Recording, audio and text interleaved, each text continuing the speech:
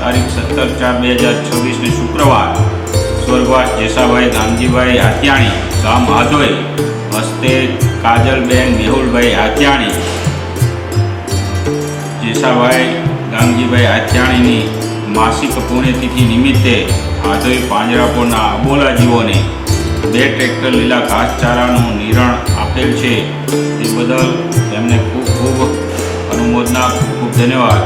સ્વર્ગવાસ જેસાભાઈની આત્માને પરમ કૃપાળુ પરમેશ્વર પ્રભુ શાંતિ અર્પે તેવી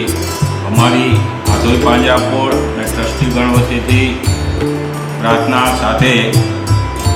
જય ગૌ માતા, જય ભારત, જય